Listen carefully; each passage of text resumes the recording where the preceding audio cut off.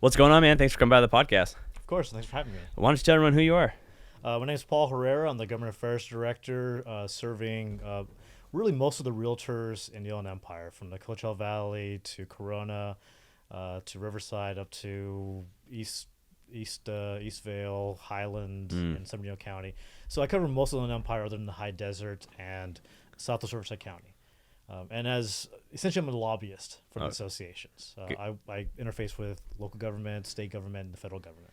Yeah, isn't it? It's crazy. Just because it's like, we shoot a lot of news videos here, so I look at a lot of numbers, and it's so hard to figure out even sometimes for me what's the truth, what actually is happening, what the direction things are going, because it's so skewed sometimes, and then you gotta figure out why is this even skewed? Is there a reason why the numbers are looking this way, or people are saying this? Are they trying to get something passed? You're talking about in terms of regular market data? Yeah, just market data or headlines. Why does you said you're lobbyist, so it's why was the headline written that way when that's not really the numbers? And then it's hard for me, and I assume really hard for the consumers. It's mostly about the numbers are typically the numbers. Yeah. Normally, they're coming from the Census Bureau, the Bureau of Labor Statistics, a number of groups, universities, etc. It's what you pick at. Yeah. That might make your point when you're trying to pass a piece of legislation. Mm-hmm. So for you, what made you even get into this? Actually, it was a reporter back in the early 2000s. Covered mostly the connection of business and politics. Mm-hmm. From there, I became the communications director for the San Bernardino County Economic Development Agency. And so then at that point, I was working directly with government. And from there, I went to become the government affairs director for the Inland Valleys Association of Realtors. Actually, my boss over in the county became the CEO of the association, and I came with him to handle government relations. Mm-hmm. So I've always been interested in how politics, how government policy impacts just our day-to-day economic lives. Yeah. I think it's probably not more direct anywhere than it is in real estate. This show is sponsored by Resilient Real Estate Group, powered by EXP. So, you're thinking about buying and selling soon? Yes, we know you probably know a realtor, your mom's best friend's cousin's neighbor, who puts her face on the local shopping cart. But you know what? Our friends at Resilient Real Estate Group have helped hundreds of thousands of people sell houses over the years, and they definitely know what they're doing based on their 5-star review on Google and Zillow. So, it doesn't matter if you're looking to buy $1 million house or a fixer-upper, make sure the next time you're thinking about buying and selling real estate, you give our friends a call over at Resilient Real Estate Group. And now we're back to the show. Oh, yeah. Why do you think that? Everything you look at in a real estate transaction or the ownership of real estate is entirely built off what's going on the government side. The fact that you have property rights is because we wrote that into the Constitution. What happens with the existence of the 30-year mortgage is essentially government policy. There's no economic backing that says that's a good idea for somebody to invest in lending money out at a fixed rate for 30 years. Most of the world doesn't have that, for instance. Mm-hmm. You have to make a direct decision that that's what you want to do. How a transaction happens, how title recordings happen. The fact that the RPA has gone from I heard it used to be 2 pages. Now every time it gets longer and longer. It was a page. Yeah, it's longer. And what are we up to now? 17? Dude, I'll tell you this, and then they just redid it. They just they just totally cleared it out and did a whole new one now. Yeah, every single box on there, every check box, every initial here and sign here is built off of either a law that got passed or somebody got sued. Yeah. Some court case got decided some way. One of those things happened. Yeah. And that's why it just keeps getting longer and longer, because some new disclosure law comes out or some new issue came up in the courts. Which is crazy, because it's crazy to think that sometimes so much time has gone by, and that's and then you hear about the case, you're like, how has that never happened before? Right. You know what I mean? It's and it does. Yeah. And it's kind of scary for me, I've always joked around, I think there should be way higher standards to think probably my biggest issue with some realtors is you're handling a huge transaction in someone's life. Yeah. If you don't even know what box you're checking or not checking, that could be so scary. Sometimes we'll have offers coming in, and I'm like, did you not mean to? You removed all contingencies? What are you doing? Yeah, the biggest challenge to our industry are realtors that do one transaction every 3 years when their brother-in-law decides to sell their house. And in the meantime, they haven't really kept up their education. And often the good news is that the broker on the other side of the transaction, or their own broker, at Someone least can manage them. Yeah. Can do the oversight. But sometimes you just don't know what mistakes are going to be made. Yeah. Do you feel like that's something should be focused on and changed, on raising the standard of keeping your license? It's tough. Yeah. It's tough because having a license doesn't mean you actually have to practice in the industry. You have the ability to pass tests and move forward. And certainly there's plenty of brokers that don't mind having someone hang their license with them. I know, it's crazy. It's scary to me, actually. It's And very scary. And ultimately, the broker takes responsibility for that. Yeah. The broker has to deal with those consequences. It's their insurance, their name on that transaction. So hopefully they're doing the proper oversight and maintaining it, and they're counting on that less experienced agent to at least bring in the person through the front doors, right? Yeah. Do you think as an industry, because things are changing so much and there's these new laws coming out and that does affect us so much, that we need to start doing a better job being the voice of what's going on in the real estate market and not allowing, big news stations be the voice of what's going on to the consumer?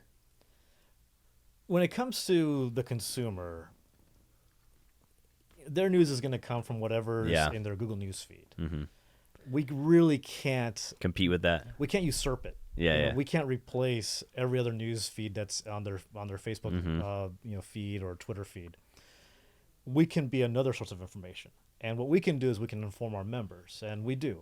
Our members can see new laws coming up every single year. They can come to meetings. They can engage with the association. They can be as up to date as they wish to be, or miss some stuff and try to keep up as best they can. And so our members are the ones that we hope the public will rely on to be experts in the industry. Yeah. Do you I mean, I'm kind of putting you on the spot. And you don't need to answer this question or not. But where do you think the market is going out in the Inland Empire? I honestly could not tell you with any real confidence. Yeah. The bottom line in California is we have a shortage of housing. Yeah. And that's the fundamental problem that has to be solved. But if you're an existing homeowner, or if you're trying to in some way, get rely on a stable sales price for your home, that's not a problem. That's that's a benefit to your particular station in life. The challenge we have is finding entry-level ownership housing. It's just too expensive. Yeah. I mean, even I sometimes, I look at some of my clients and I'm like, God, that's a $4,000 a month payment. Yeah. Obviously rates are high. And then the question is, if rates stay this high and we don't ever go down low, does the government push to a 40-year mortgage, to ease the entry of possibility of purchasing homes or not? That's been discussed a few times, and it's not. I mean, every single cycle it's been discussed. Yeah. And if you looked at the actual math, the payment doesn't change that much. The 10 years isn't enough. It does not affect it all that much. Not where it's really a game changer for anybody. Yeah. In the meantime, you pay a lot more interest, and you have a scenario in which the banks or the Fed or somebody has to back a 40-year fixed rate. Yeah. If we have a long runway of being able to manage our inflation, then you can rely on a fixed rate over a long period of time. We don't necessarily have that. We did for a long time. Mm-hmm. And then shocks happen to the system, and you've got to deal with that by raising interest. I think that's the crazy thing too is I think it just takes time for the market to adjust to the rate. When rates, it's like everyone's like, well, when I bought a house, I had rates that are 17%. Yeah, but home prices were a lot lower. Right. And then rates got really, really low, and then prices skyrocketed. I think normally the market will sooner or later, it might not happen in 3 months or 6, maybe a year or 2 years. It will start normalizing out based on the rate. And so if our norm is now 5%, sooner or later the market will just get used to 5. It's like I look at it as like gas pricing. Mm-hmm. I filled up at $4.99 the other day, and I remember a year ago, it's like, oh my God, I'm paying $5 a gallon. Now it's like not even a bump on the radar anymore. How we just get normed to it.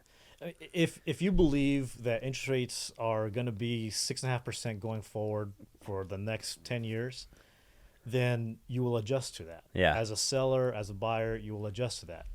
But if you think, this is going to move and we're going to go back to normal, which 3% was never normal. Yeah. We got used to that sub 4.5 figure Yeah. for a number of years, and it takes I don't know how long it takes to believe that's just what normal is, but that's where we are. So if you believe it's coming back down, then the logical thing is that if you don't have to sell, you don't sell. Yeah. You wait.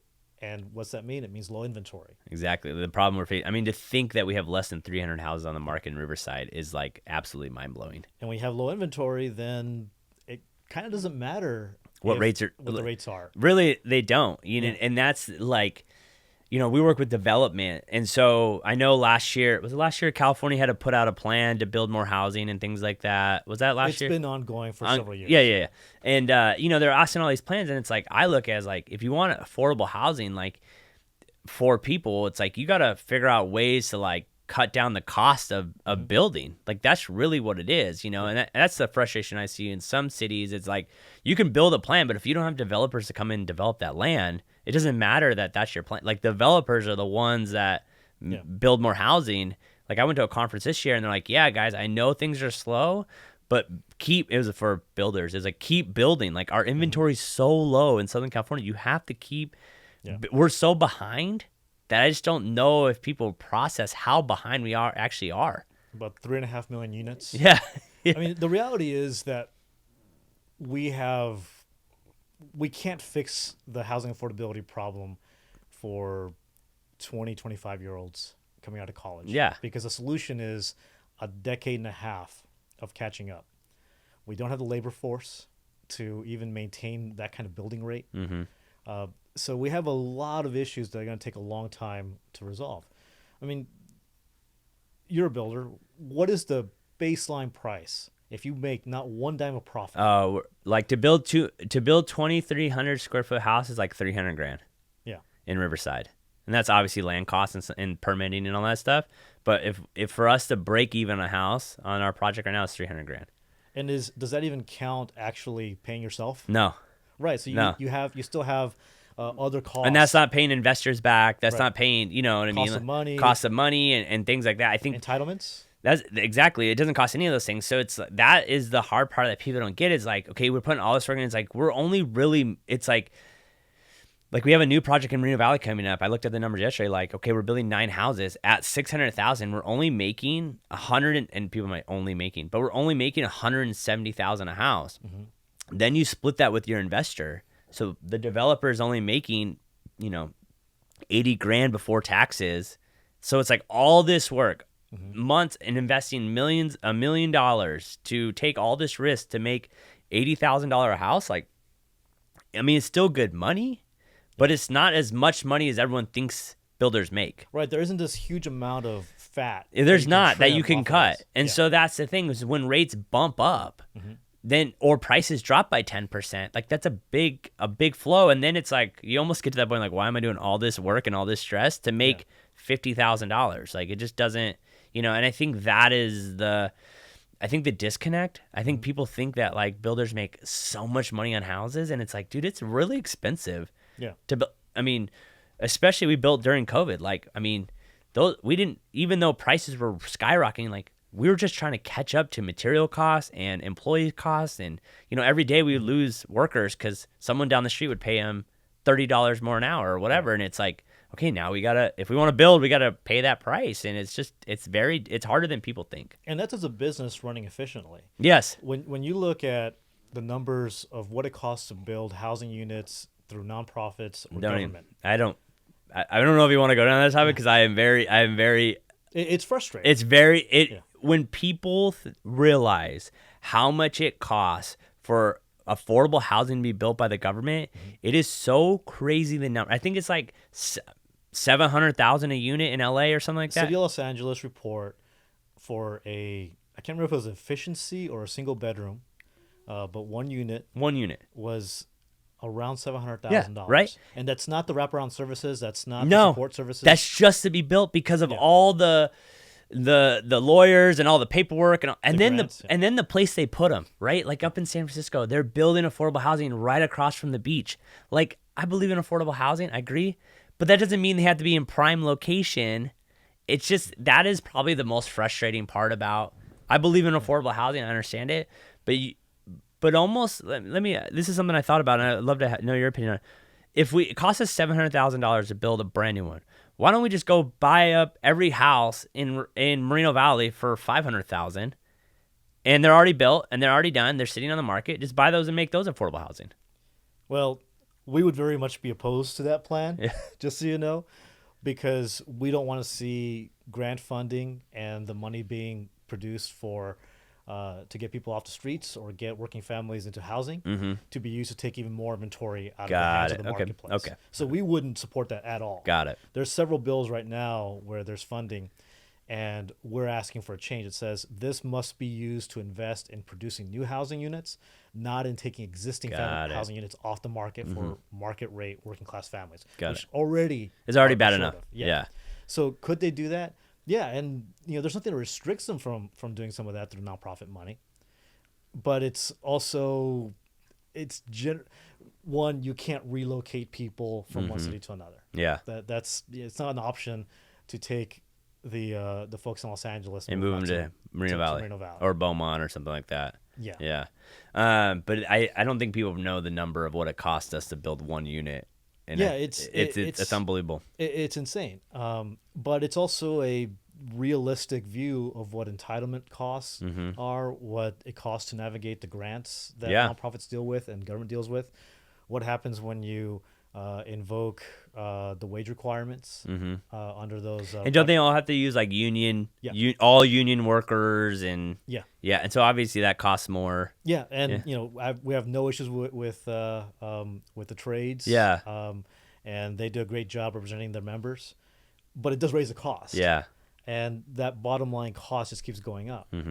One of the debates that I tend to get into when I'm talking to cities and the state about things that are going to raise the cost of housing, such as solar panel requirements. Yeah, trust me. And other items. A lot of every buyer doesn't want, like, we're like, hey, this is how much solar is for this house. They're like, well, can I just not get it? I'm like, we have, you have to lease or you have to purchase.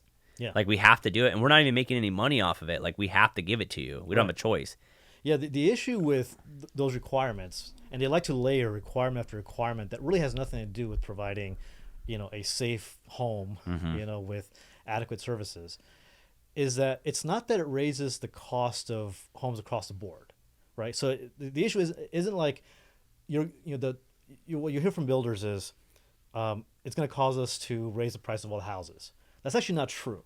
What it does is it raises the floor price. Yes. It raises the number that you have to get to in order to be willing to put your capital in and actually build anything. Because your rate of return is now, it's that cost you have to put in. Like we're building in a few years, hopefully, to like 275 houses in Beaumont. So it's like, okay, that's 275 houses that we have to add solar to it, and that's a big number. On that speed of thing, that changes the whole dynamic of the project. Yeah, it's the entry level housing. What is actually possible for the people who are making $80,000 a year trying to find a place to live, right? Yeah. I had a conversation with a lawmaker who has a piece of legislation, which won't go forward, but he was proposing that all new homes, in fact, all homes period, but definitely all new homes would have to have a level 2 EV charger installed. Oh, in the garage? In the garage. Yeah. And when I talked to him, I said, listen, it's not really necessary, because you're raising the cost by $500,000. If if you want to require anything at all, it would be a 240 outlet. Yeah. In the garage near the entrance. If you do that, I don't know, that's probably $75, $100 worth of work when they're putting in the walls and getting electrical going. But it's like when you have a dryer hookup. You don't have to provide the dryer. There's no law that says that. And you shouldn't, because someone else might have a dryer to bring in. But if you don't do the hookup, now it's expensive to do that after the fact. So if you want to do anything, how about we look at the outlet and let people provide their own. If you can afford the EV, you can probably afford to add it in. Because you're just raising $500 is that a big difference in an $800,000 home? No, but we keep doing this. We Yeah. just keep layering. So it's like things on top. 500 here, 1,000 here, and then 10,000 here. and then the issue is most new builds are higher tax bracket, tax rate. So now you're paying 2% on those taxes. You know what I mean? And then that jacks it up, even more. Yeah. And that, like you said, that's the base model. Like we tell a lot of our clients that go buy new, it's like, hey, you're adding $50,000 of the flooring. You're paying $50,000 more, plus you're paying the taxes on that money too, Right. like every year. So just be prepared. Yeah. Like you could do it later. Yeah. Like you could do that later, and it won't affect your tax rate. Right, like you can include the fridge, the dishwasher, all the televisions. Yeah. But if you do that in a transaction, now you're paying taxes on that for the rest of your life. Forever, and it's crazy. What's your thoughts on SB9? Did you like that? Did you? Is that the lot split one? That's the lot split one where you could do ADUs. Yeah. Yeah, we've supported just about every bill that allowed for by right development, including SB9. Yeah. We pushed a lot of legislation to make ADUs easier to build and much easier to permit. Yeah. You know I can waste no time, cause I gotta keep it tight. I'm in my bag, got my eyes on the price. You know I can waste no time, cause I gotta keep it tight. I'm in my bag, got my eyes on the price. You know I can waste no time, cause I gotta keep it tight. Give me the bass, give me the beat. I'm in my bag, this round is on me. Give me the bass, give me the beat. I'm in my bag, this round is on me. Give me the bass, give me the beat. I'm in my bag, this round is on me. Give me the bass, give me the beat. I'm in my bag, this round is on me. And let me give you a little background on that, because I know not everybody agrees with that and the easier building. But you go back before 1970, almost all home building in California was by right, which means lot zone residential. You meet the building code, you show up to the planning department with your plans. They say, great, stamp, go forward. Then at that point, we started making subjective decisions, planning commissions, design review, and all these other requirements that allowed cities to decide what's built and what isn't. So we started having the city, through these agencies, taking over those property rights that would always belong to the individual homeowner. And we made it much tougher to build and much easier to oppose housing development. And in the last 40 years, we fell way behind in terms of building new housing. The result is a housing shortage of 3.5 million units and no ability for the private sector, for market rate, to really drive the development of new housing based on demand, but because it's layered by all these restrictions. Again, design review and everything else that comes along with it. You should have reasonable standards. You should have reasonable planning. You want to have infrastructure. You want to have roads. You want to have ability to fight fires. You know? All those things are important. Health and safety, all that's important. But it should be easier to get a permit. It should be easier to say, I've met the code, I've met the zoning, and hand me my permit.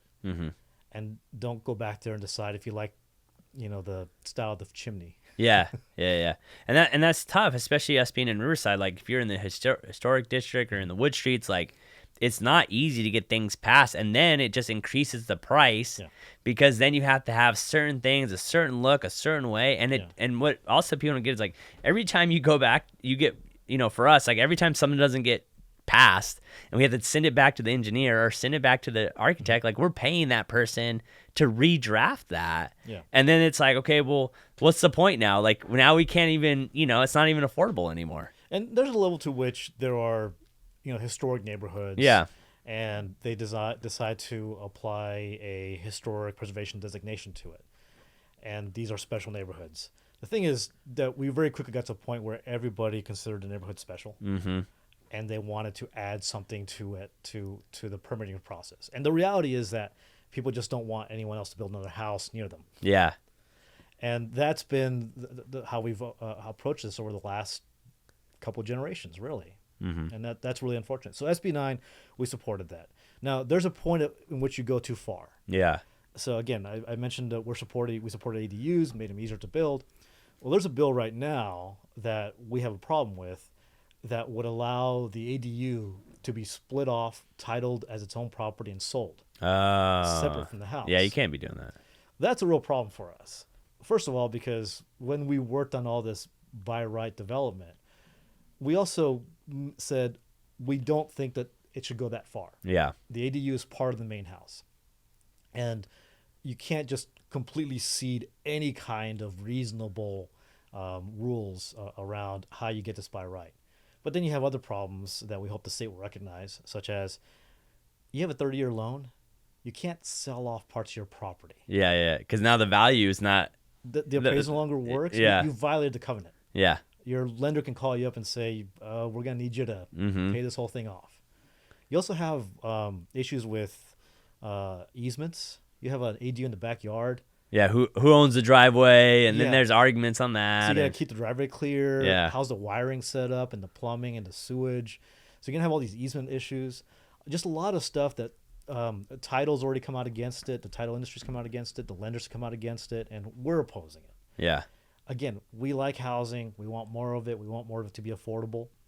But we got to maintain some level of reason. Well, and I think because then what's the limit of that? You know what I mean? Are you able to then like section off houses and sell half a house? You know what I mean? Right, like condominium. Yeah, like how do you like house. Especially in downtown, like there's so many houses that are like were old houses that turned into duplexes and triplexes, and there's doors that are upstairs a whole different. So can you just sell top of the house now? Like you can't. You know what I mean? Like. I mean, I depends on how a legislation will be written, right? Yeah. But you have not just ADUs, but junior ADUs. Exactly. Which can be attached to the property. Mm-hmm. So now you build a master suite, add a kitchen, and sell that and title it separately. I don't think this legislation does that, but frankly, it's not that big a leap to go to the next step. To go to that step. Yeah. Yeah. Is there anything you guys are that's being worked on right now, or in the perfect world you could like get past that, like an idea that you haven't been able to get moving yet? To like that's always been on your brain. There are no perfect worlds right now. Yeah. Because we have a housing plan, a housing process that is just layers upon layers of bureaucracy. Do you think it's just too? Do you think it's too slow and costs too much money to just get the ball rolling? Do you think that's a big issue that we have? Like I know like it's. Like I said, I don't think people process like the project we're having right now. We've been working on this since 2018. Like that's money we're paying on that land and all like that cuts into the cost and how much we have to charge per house to make it worth our while. So do you think that span, if we could cut that down, would that help us out a lot when it comes to affordability? Yes. And we've been pushing for CEQA reform. That's the California Environmental Quality Act, which can allow for massive delays, allows anybody to challenge a project. Based on their perception of, or what they want to require the project to do. One of the things we did with going back to ADUs is we said within the law, if you're the city and you don't respond to a permit application within, I think, 90 days, the permit's granted. Yeah. So you got to get your work done. You can't just sit on it, let it die. Somewhere. Yeah. So you've got 90 days, otherwise permit's granted. We assume that you've had enough time to take care of it. Can we do that with larger level projects? 90 days is probably unreasonable, if you have a track map and more infrastructure involved. But you can start moving that direction. The challenge is that CEQA is hard to reform. Yeah. There's a lot of groups that do very well using CEQA, including lawyers and others that benefit from its provisions. But we're trying. We've done legislation. We worked with Senator Roth here in Riverside on a bill a few years back that allows a city to pre-CEQA an entire section. So that builder could step in and entitlements are done. Yeah. Just got to do design review and I think that's the projects we look for right now, honestly. Things that are already mapped out that we can just go in, boom. Because for us, it's like we'll pay a little bit because normally what happens is someone does that for us and then buys the land, does it, and then sells it because they don't really want to develop it. For us, it's like we'd rather pay the premium to get it already done than sit on the land and already know it's going to be done, then wait, Because for us, it's like, okay, cool, we can get to moving dirt faster, and that's the most important part for us. And the entitlement process is just broken because what you're dealing with is it really shouldn't be the system in which someone who handles the paperwork, the legal filings, and has pull in City Hall. Yeah. Is able to monetize that more so than someone who's actually like turning dirt, putting up framing and building a house. Yeah. but it's pretty profitable if you have the ability to move projects, the paper, just the paper, Just the paperwork, yeah. that's pretty profitable. And so that's a part of the system that should be reformed. And California is particularly bad at it. Is there states that you actually know about that you like how they work? Most of them that aren't called California. I mean, most states just haven't gone nearly as far as we have. Yeah. It's easier build in Arizona, Texas, Utah, Oregon, not so sure. But you look around the country, most places just haven't gone anywhere near to the extent that we have. And the cost of the paper, just the paper to entitle a project, is much, much less than it is in California. We're particularly bad about this. Yeah. People think about land costs in California as, well, of course, everybody loves California, the weather, they want to be here. No, land costs is the paperwork. Yeah. It's the legal entitlement. That's what really boosts the land costs. The land itself, frankly, if the land is not zoned, permitted, ready to build, it's not that valuable in many cases. That's the thing is like if there's nothing done and we have to do all the work, like sometimes I'll see people put land on the market and I'm like, do you know how much money it's going to take to even get that to the point where we can move 1 foot of dirt? Like it's going to take years. Yeah. It's even like right now, even us, we're trying to build, one of our guys built a lot of one-offs, and it's like even a one-off, like if I got to go in and like that little plot of land for one house, I can't pay that. I can't pay $400,000 for a plot of land and do all the work and then sell it for $600,000. Like there's just no money in it. Yeah, there's no way to do it. There's no way to do it. The paperwork is more valuable than the dirt that it covers. Agree. So moving forward this year, what are some big hopes that you guys have on the horizon? That because you guys you're going to Sacramento next week or in 2 weeks, or are you going 2 weeks? We're 2 weeks, right? For a week, and then DC right after that. And you're going to write DC after that. So when you guys go up there, obviously, Jessica's going to be going up there. When you go up there, what is like your main goal when you go up there? Because I think that's something that I'm trying to get more involved in, right? Because of her, honestly. Yeah. Like I've always been like, I don't need to be part of a board. I don't even know what's going on. I just sell houses. But now that like I'm dealing with more of the cities and developing and things like that, I need to know more for my developers. So for you, like, what would you encourage realtors to take that trip up to Sacramento, and what do you guys kind of learn and get out of there when you go up there? So specifically, the mission on these trips is we're gonna look at 4 or 5 bills out of 400 or 500 that we're tracking, and focus on those to speak with lawmakers, because we do have the ability to have a huge impact when we're there. People look at it from the outside and say, you're taking a trip to Sacramento, what's the benefit of that? The benefit of it is that a couple thousand realtors will converge on Sacramento for a week, particularly for 2 days, legislative day and some of the meetings around that. And we'll meet with just about every lawmaker in Sacramento, and we'll all talk about the same 4 or 5 bills. And there's no group larger than us that comes to the Capitol, that brings people from the district to meet with lawmakers who are traveling from their home communities. This has a real impact. People think you need, a million people to affect policy. 30 or 40 phone calls into a lawmaker's office on the same issue catches their attention very quickly. 2,000 showing up, making time, spending time out of their schedule to be there and talk to them in person makes a real impact. So based on that, we'll find these 4 or 5 items that are critical points of negotiations, and we'll use this trip to make sure that we deliver a message about why this is an issue and why it should pass or should not pass. And quite often we're playing defense when it comes to Sacramento legislation. So that's what that's about. DC similar, but DC's the difference with Washington DC is nothing's going anywhere. Yeah. The gridlock is much more present than it is in Sacramento. I wouldn't mind some more gridlock in Sacramento, but in DC it's just so present that it's hard to have the same sort of systemic approach where we can just pick out 4 or 5 things. Because anything that's going to move is just going to take years, and it depends on who's in power and other items like along those lines. On a day-to-day basis, we can impact so many things in California.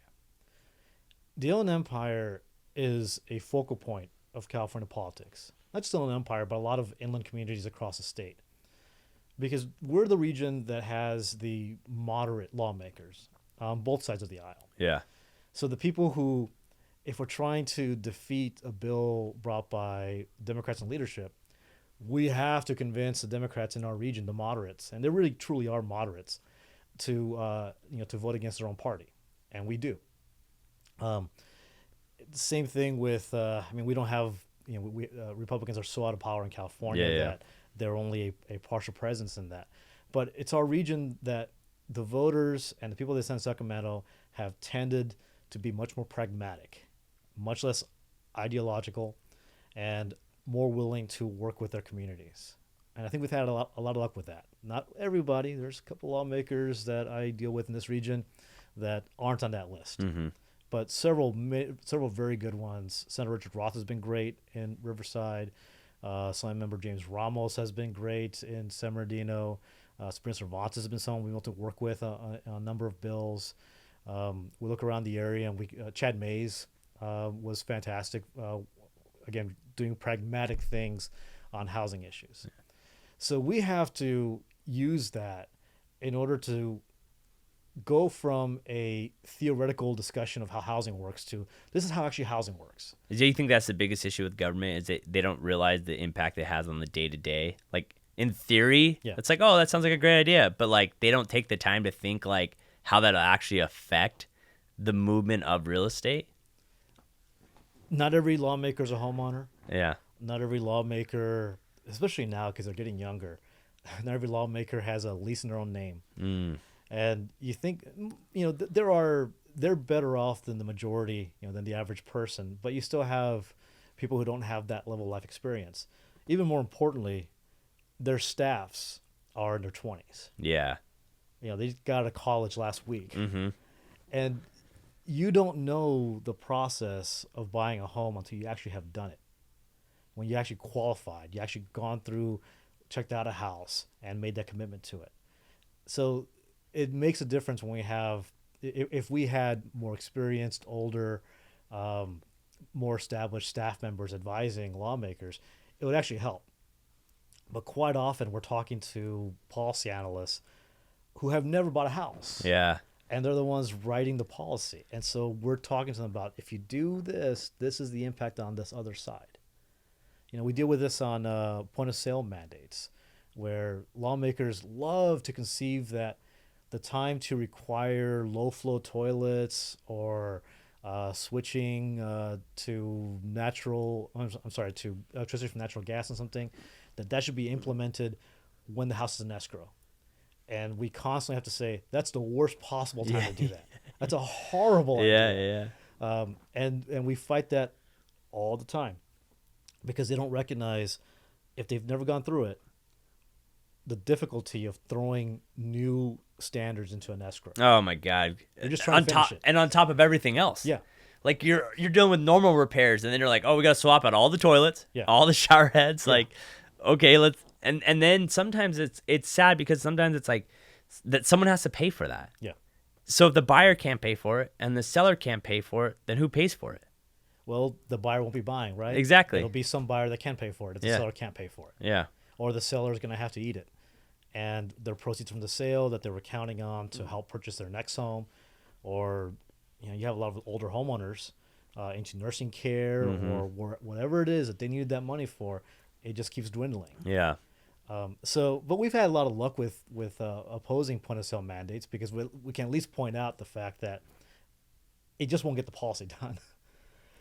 But we had to work really hard to make that argument. Mm-hmm. Obviously this is not happening in California, but how do you feel about the lawsuit going on right now? Was it in Kentucky about commissions? Do you know the updated version? Yeah, the class action. Yeah. Do you know? Have you looked into that at all, or what's your thoughts on it? I followed it at a little bit at a distance because again, California is not directly involved in it. Everyone's like freaking. Like I remember last year that was a big conversation up in Sacramento. Like this is coming, and everyone needs to be prepared. And so, what's your thoughts on it, if you have any? I don't have a lot of thoughts on it because as I followed it, we've got a pretty top-notch legal team in Chicago through the National Association of Realtors. You've got the brokers involved in that suit. And I don't know how to speak on behalf of what happens in other states. Yeah. Real estate transactions just work very differently in other places. That's true. And I may not want to know, how some of those function. in California, I feel like we have dealt with some of these issues in the past. There were past antitrust lawsuits in California that affected the way things worked in the state. So maybe that's the reason why we're not part of this. California does not lack for consumer protection laws. For sure. You know I can waste no time, cause I gotta keep it tight. I'm in my bag, got my eyes on the price. You know I can waste no time, cause I gotta keep it tight. I'm in my bag, got my eyes on the price. You know I can waste no time, cause I gotta keep it tight. Give me the bass, give me the beat. I'm in my bag, this round is on me. Give me the bass, give me the beat. I'm in my bag, this round is on me. Give me the bass, give me the beat. I'm in my bag, this round is on me. Give me the bass, give me the beat. I'm in my bag, this round is on me. There's definitely enough documents to fill everything out. Yeah. A million, and maybe that's an issue they're having out there. Maybe they just don't sign enough documents, or they're just not explain well. They might have 3 pages. You know what I mean? I don't know. Yeah, they might need another 12 pages on the RPA. Yeah, well, the sooner or later they'll be coming. So for you, like, obviously you're fighting an uphill battle, and I know sometimes I get frustrated. So how do you like maintain that, like, on a regular basis? You know, I was actually having this thought last week, talking to a friend's daughter who wants to get into housing policy. She's in college right now, and she's thinking, I want to change the world. Yeah. Which I want to encourage. But then afterwards, I was thinking about, she wants to have this impact. And I thought, I'm not sure if my job is that of an engineer or a garbage man, right? Yeah. The difference is that an engineer, you design a thing that flies, and that thing exists in the world, and you solve this problem. And you can tweak it, you can change it, you can affect it, you can do it better, but you've created something, and it's done forever on some level. The garbage man model, which I think is closer to what I do, is you got to keep showing up to work. You got to keep pushing, because if you don't, the garbage piles up. Yeah. And, the streets are full of filth. Yeah. So you just have to keep plugging away at it, and knowing that if you keep clocking in, you keep working, you keep trying to find new ways to address it, you'll have an impact over a period of time that is hard to measure against the opposite. When it comes to our association, there's nobody in Sacramento or Washington, D.C., no organized group that speaks on behalf of simple home ownership or simple homeowners. It's just us. Yeah. There's no other organization that's there representing their interests. And we do it because, frankly, our members, what they want us to lobby on are things that affect their clients. And this is something that I'm very proud of with our organization. We don't go to Sacramento or D.C. and try to pass bills that just put money directly in the pockets of our members. Our members don't ask us to do that. They ask us to protect the property rights of their clients, to protect the transaction, to allow them to do business as small businesses, and to allow them to do their jobs as realtors, as brokers, as people in organized real estate. They don't say, can you pass a law that requires every single homeowner to pay 3.5% commissions on both sides? Yeah. Frankly, like project labor agreements, when it comes to development. So it allows us to be more effective, because if we can just make the real estate transaction make sense and the value of property ownership means something, our members have told us that's enough. We'll take care of the rest. We'll work, we'll market, we'll maintain our education, and we'll take care of that. So, yeah. I think that is the craziest part, like you just said. Like, most people go to DC or Sacramento to increase laws that benefit them. Ask for money. But ours is literally all we're ever doing is fighting for the consumer. Yeah. And I think that's the one thing that's very upsetting in the community or the market in general. How I don't think people process that's what true realtors do. Yeah. Fight for their clients all the time. And think like, oh, you guys are just used car salesmen. It's like, dude, there's thousands of agents that are going to take their time out of their week to. No one's getting paid. No one's getting paid to go up there and fight, and all the laws that could have gotten passed that really could have screwed things up that didn't because of the community that we have. Do you wish that? Obviously, everyone knows the numbers that most realtors don't make it past 3 years, and do you think we would be stronger if those numbers were lower? Like if realtors stayed around more than for 3, 4, 5 years, or stayed around more for cycles? Like, Do you think that would make our group more stronger? No, I don't think so, because I think what takes place is the cream tends to rise and get involved. Look, the majority of our members are not reading the emails, are not following it. Frankly, are probably not great realtors because they're not doing it on a regular basis. I think it's something like 15% are doing most of the transactions. And last time I saw numbers, it was something like 55% of realtors hadn't done a transaction in 2 years. Isn't that crazy? Yeah, I mean, some of them might be referral agents, some of them might be on teams, so I don't know the exact number in the end. But there's a significant number that, frankly, won't sell any house, and they're just hoping their brother-in-law lists their house so they can go, put their name on the transaction and collect the check. But the ones that care, the ones that engage and get involved, you don't necessarily know which of the 15% is going to come from. Yeah. And I've seen some people that got involved were completely green and didn't exactly know how they were going to build anything, but they had a work ethic and they decided, I'm going to get involved, I'm going to figure this out. And the more that we as an organization can give them another door to open on the policy side and being and advising us on what matters for their clients as they build their career, and the more education they get from their brokers, from their mentors in the industry, and they take advantage of that because the opportunity is there. Yeah. The better members I think we have, and the more impact I think we're able to have. Yeah. And I think in this region we've particularly grown our ability to make a difference. I was a young buck realtor, 28 when I first got in, and I think that's something that I've come to realize that the last few years is like we base too much on production numbers sometimes on how we look at certain realtors, respect or what, that person does 50 deals a year, or that person does 100 or whatever.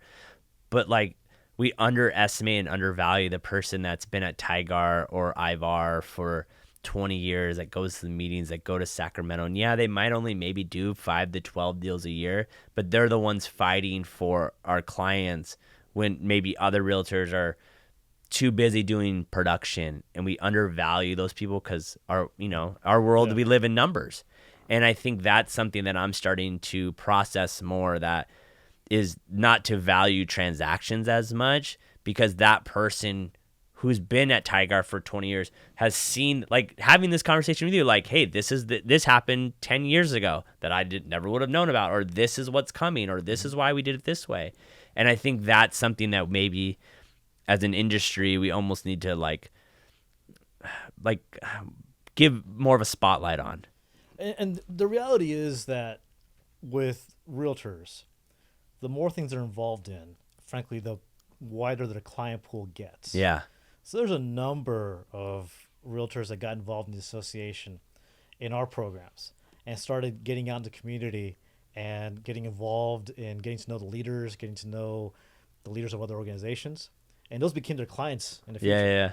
A bunch of our members that got involved have in recent years represented members of Congress and they sold their homes. Members of state legislatures, senators actually sold the houses of their kids because they became the person that they knew. City council members, who say, I know Jessica. Yeah. She's a realtor and she seems to know what she's talking about.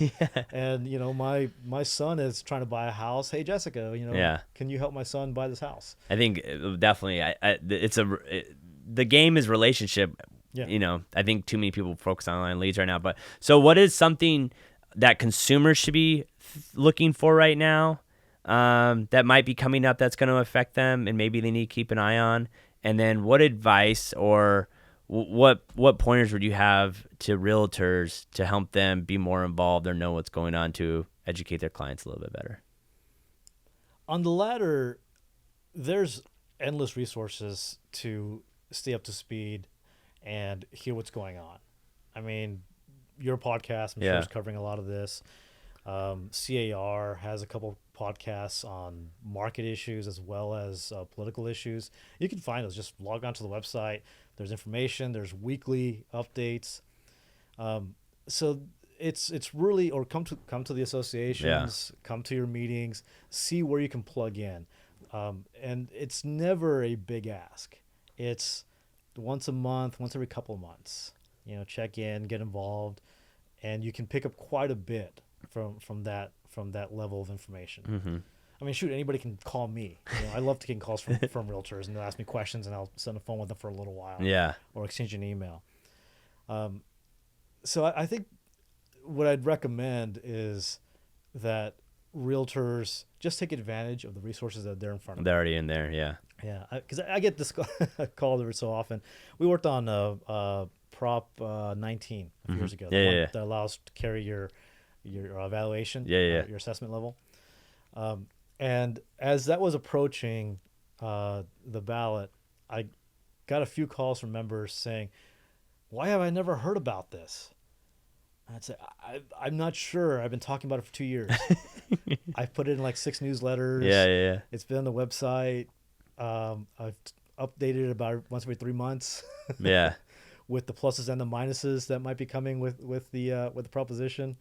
Say, well, I don't read your emails and I don't come to the meetings. Like, well, there you go. What do you mean? Yeah.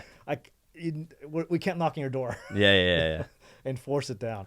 But the opportunities are there, and it's just waiting for the members to make use of them. As far as what we're working on, this is early in a session. So the way a legislative session works is after an election, the legislature begins their work. They start from scratch, and a couple of thousand bills are going to be introduced, and they got to go through the process. And they have until the August of the next election year to get it done. So we're in April right now. The session's 3 months old. We've got a couple thousand pieces of legislation that are in the pipeline somewhere. And frankly, we don't know where the session's headed. We've got hundreds of bills that we're tracking right now. We don't know what amendments are going to come to them. We don't know how ultimately they're going to wind up. I mentioned the ADU bill. Yeah. There's going to be more like that. Last year, in the second year of the session, there was a bill introduced that would have put a windfall tax on the sale of a primary residence, which basically means if your home increased in value, you would get a new capital gains tax based on the sale price of your home and the increase from the purchase price of the home if you sold it within, I want to say, like 5 years. Which is just a terrible idea because, again, your home went up, but so did every other house. Yeah. So when you're trying to buy another house, exactly, and there would have been like a 20% capital gains tax on this. So now you're looking at you bought the home in Corona for $500,000 in 2019, and now it's worth $800,000, and you're trying to buy another house in the neighborhood for that, and you're going to get a big tax. An $80,000, $70,000. That was like them bill. Trying to get rid of 1031 exchanges. We have to fight that every single cycle. Yeah. That's always an issue we have to address and explain why it's not a tax dodge. There's tax deferment that's different. Mm-hmm. You're trying to draw money into real estate. We work on a lot of bills in which the state legislature they're concerned about housing affordability. They're concerned about rents. They're concerned about home prices. And some of them think that you can legislate that. You can force rents down. You can force home prices down. You can, but it means no one builds anything. Yeah. It has to pencil out. Otherwise, the investment never comes into the market in the first place. And we see that play out across the states. We have to fight that constantly. And what's crazy is if the government could do it cheaper, but they can't. Yeah. And that's the problem that's the whole thing is that the open market and then developers, their goal, because they want to make a profit, is do it as cheap as possible inside the guidelines. Yeah. When it's affordable housing, when they're not making a profit off of it, there's no reason to keep it cheap. Yeah. And so that's the thing that people don't get is like, if you want affordable housing, make it, you know what I mean? Like, I would say like, I don't know, like maybe build certain houses and say, hey, you're only going to be able to make X profit off this house. All right, you're making 10% margins or whatever. And maybe you set a cap that works well for everyone because like, I mean, I don't, it's obviously a problem that can't be handled over in a 60-minute podcast, but that's the problem that people don't get is that if it was easy to do, it would be done.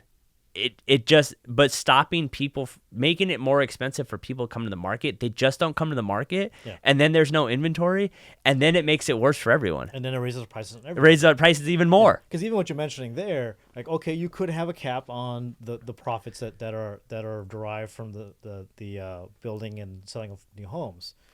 Here's a problem, is that it still disincentivizes investment. Okay. Because sometimes if you know that you're going to be able, there's some projects in which you're going to make much more money, it'll give you an incentive to invest in more projects. For sure. Because now, like, okay, this one over here might not look as good, and you might have to eat some of that. But we're making it on the back end over here. But you're making money on other projects. Yeah. You have the ability to.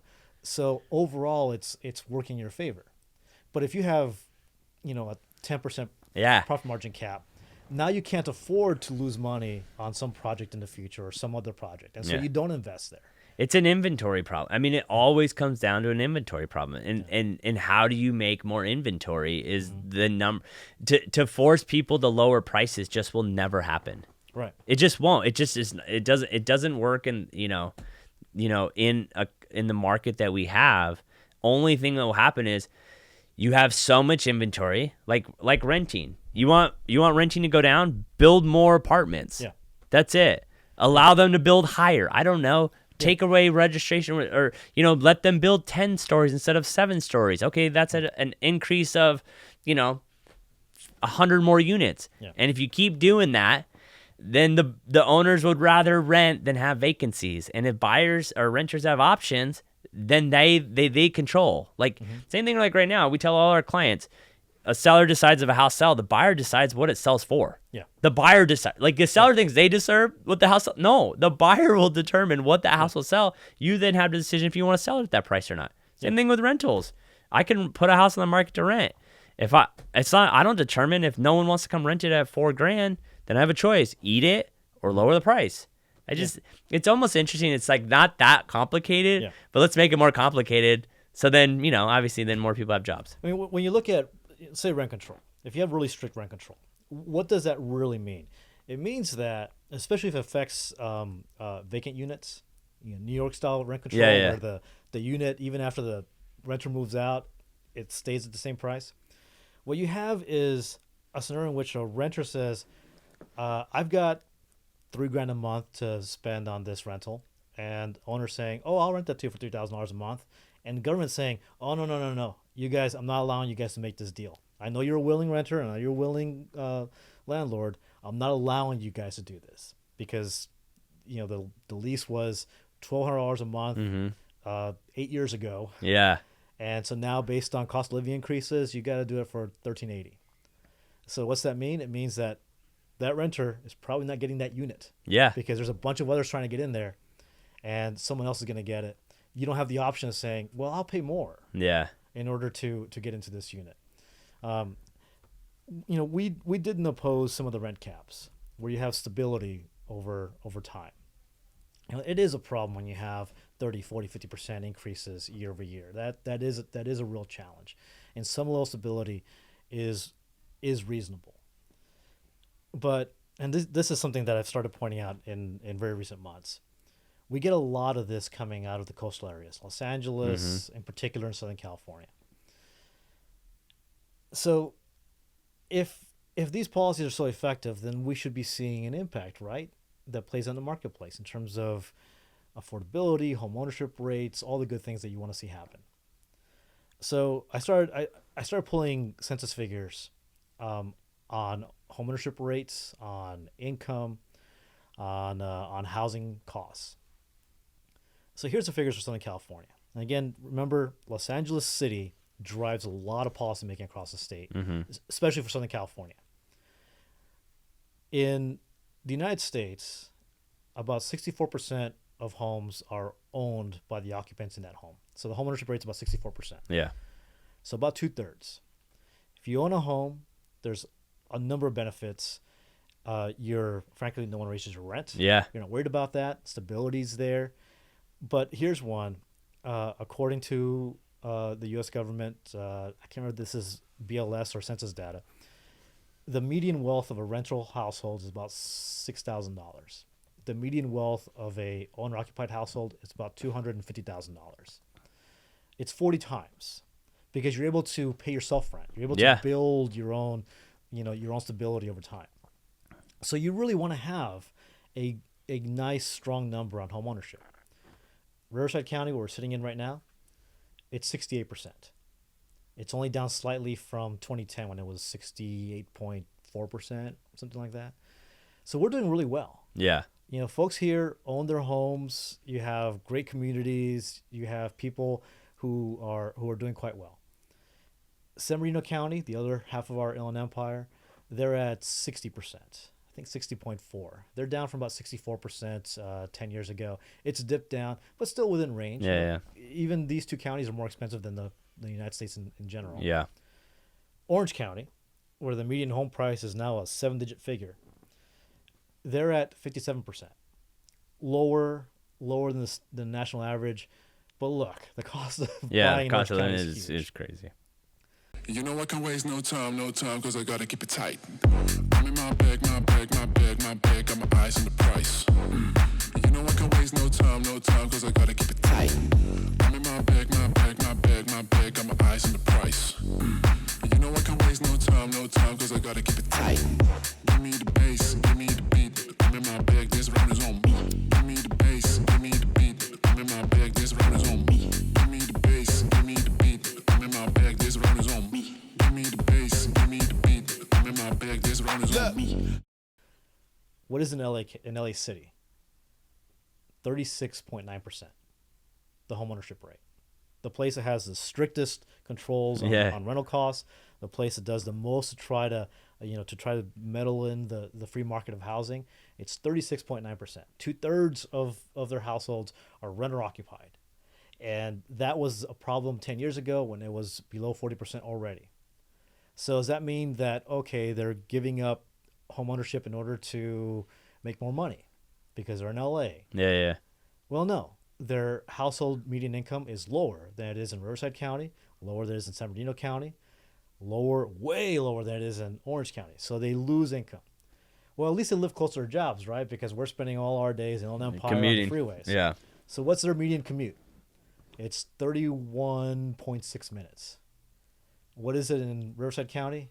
34 minutes. San Bernardino County, 33 roughly. So you're looking at, that's one way. So for 5 minutes a day, you're giving up $250,000 in household wealth. Yeah. So what is the benefit? And frankly, why are we allowing Los Angeles to drive the conversation on housing when they've jacked it up more than anybody in Southern California? Yeah.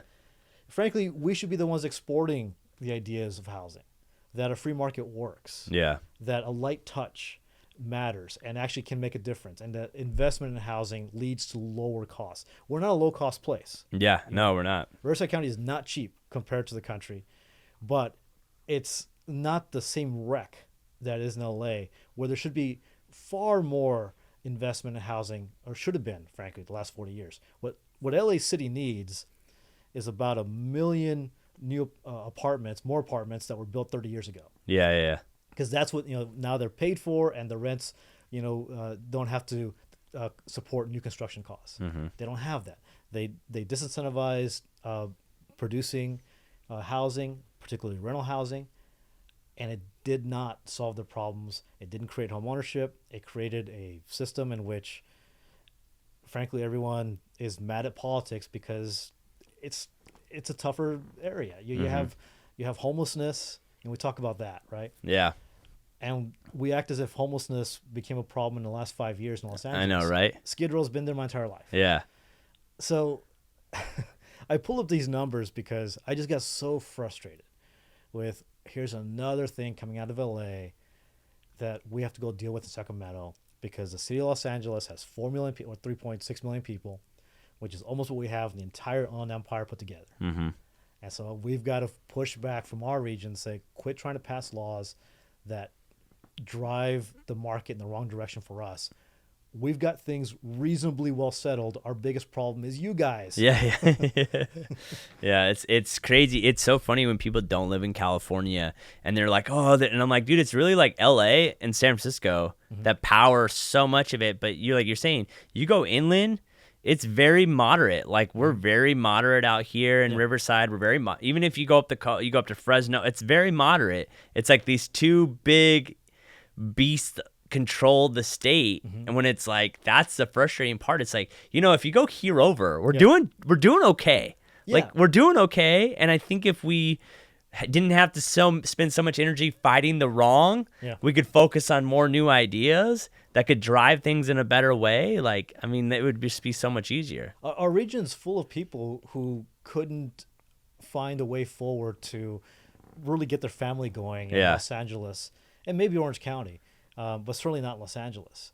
And it has powered our growth. Yeah. New communities, talent came out here. Our universities grew here in Riverside. UCR is doing well. Yeah. Casa San Bernardino. We saw this investment in our area. The folks who came out here because LA was a wreck for them as a family trying to figure out how they were going to afford a place to live and raise their family didn't come here because they wanted to recreate Los Angeles just 40 miles inland. Yeah. They want this place to work. Yeah. And I do a lot of political polling. We get involved in campaigns. We look at where things are. In the Inland Empire, what constantly holds true is the average resident has no idea who the elected officials are. They don't know who represents them. They don't know who their assembly member is. They don't know who their county supervisor is. They don't know who their city council member is. But they generally think they're doing a pretty good job. Yeah. They think the folks in Sacramento are nuts. They think the folks in D.C. are completely off the wall. Yeah. But locally, what's his name? What's her name? I don't know who they are. Well, and what's funny is maybe because we don't know their name, maybe that means they're doing a good job. And because in our region, what I deal with a lot are elected officials who are generally anonymous to the average person, and so they don't have reason to get on TV. Yeah. So they're just kind of doing. They don't say the crazy things that put them on the TV. Yeah. And I think that's the hard thing. Because how long have you been doing this for? How many years? The last 12. 12. I mean, it is crazy nowadays how our world is ran by 30-second clips and the attention you get off of those and headlines. So it's like, if that is your job and that is your game and that's how you get paid, you are going to say the most ridiculous things out there because that's what you have to do. Yeah. And that's not healthy for anyone. So the people being unknown, they don't do that because that's not the game they're playing. Yeah, they're not really involved in that. Yeah. We've seen a little bit of an increase in that, but by and large, our elected officials are just kind of doing boring, pass this ordinance. Which that's what it should be. That's what it should be. Government should be boring. You should not be a celebrity. Most people here can't name their mayor. Yeah. They can probably name the mayor of Los Angeles. Yeah. And everyone in LA knows who their mayors are because they're mad at that person. Exactly. Every day they see problems that aren't being addressed, and I think that's probably the only issue people have covered. It's like we pay so much in taxes, but the things that we think our taxes are going to aren't getting solved. So it's like, where does all our tax dollars go? Also, their tax rates are much higher. Out there. That's what I'm saying. They get upset. So, Paul, I appreciate it, man. It is it's always fun talking because I'm a nerd. I would say I'm a numbers nerd, and I enjoy doing these things. I just wasn't able to ever go to college, so I thought I'd do real estate. But it's always it's so interesting to kind of see the direction things are going, because in my opinion, I think the better we know what's going on and the better we can explain it to our clients, because we are the face of the better off our clients are. But the one thing I learned a lot today. I hope other people did, because it is crazy to think we are the group of people that always go fight for our clients and not fight for us. And I think people don't process that. We need you guys to be experts in this field. Your clients need you guys to be experts in this field because they rely on you guys. Yeah. And the more you engage with all aspects of serving your clients, the more I think it bolsters the industry. I agree. Because I don't want a world of real estate agents where the public looks at them and says, we can get rid of them. Yeah, whatever. Who cares? They're just there to open a door. They're just putting up signs and opening the door. And the thing that people don't process, we can't. When things happen in our space, they're way bigger than like the 10-cent grocery bag that no one realized was being passed, and everyone's like, "What? Who voted for this?" When things happen in our space, I don't think especially people that are not in it day to day. Like sometimes people tell me laws, I'm like, oh my God, that would be horrible. Yeah. That would ruin so much for so many people.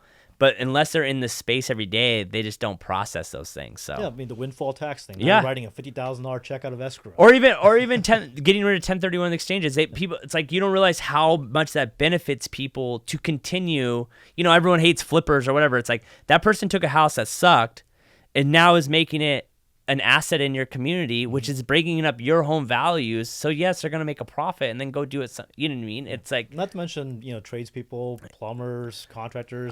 I don't think when you do a project, you employ so many people, and so much people are making money off that project, not just the person selling the house. You know, so well, I appreciate it. What would be the best way if someone has a question to get a hold of you or anything like that? Best way, they can always contact me if they're a member of TIGAR, paul@tigar.org. If they're a member of IVAR, pherrera@ivar.com.